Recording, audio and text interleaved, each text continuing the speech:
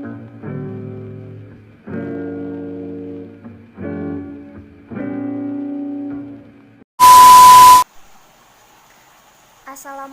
warahmatullahi wabarakatuh. Saya Caca Anissa Ramawati dengan NIM G20104 dan rekan saya Alinda dengan NIM G2110722 dari Fakultas Ilmu Sosial, Ilmu Politik, dan Ilmu Komputer Program Studi Sains Komunikasi.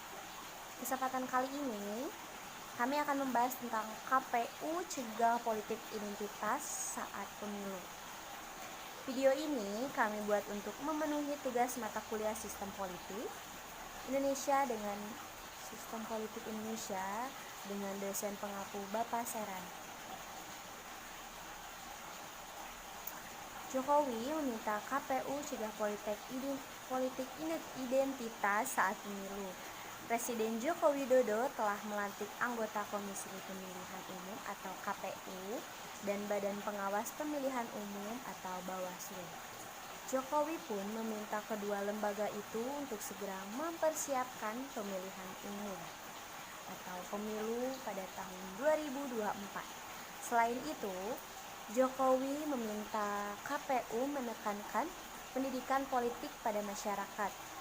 Kepala negara juga meminta masyarakat untuk menyambut pemilu dengan gembira. Lalu Jokowi meminta KPU dan Bawaslu untuk segera tancap gas dalam berkoordinasi dengan DPR dan pemerintah. Mereka juga meminta menjalankan tugas dan kewarganegaraannya untuk mempersiapkan pemilu dan pilkada serentak pada tahun 2020.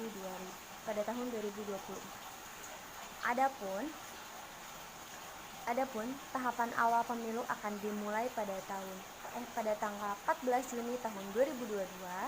Mantan wali kota Solo itu menilai tahapan awal yang penting dilakukan karena untuk pertama kalinya menyelenggarakan pemilihan legislatif atau pileg, pemilihan presiden atau pilpres, dan pemilihan kepala daerah atau pilkada dilakukan pada tahun yang sama. Sebelumnya, KPU dan Bawaslu berharap aturan tahapan pemilu pada tahun 2024 bisa segera rampung.